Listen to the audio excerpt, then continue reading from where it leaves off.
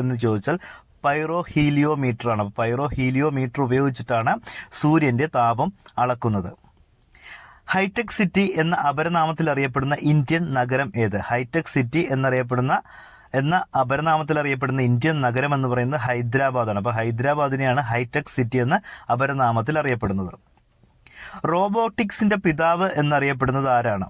ജോ Engels Berger ആണ് റോബോട്ടിക്സിന്റെ പിതാവ് എന്നറിയപ്പെടുന്നത്.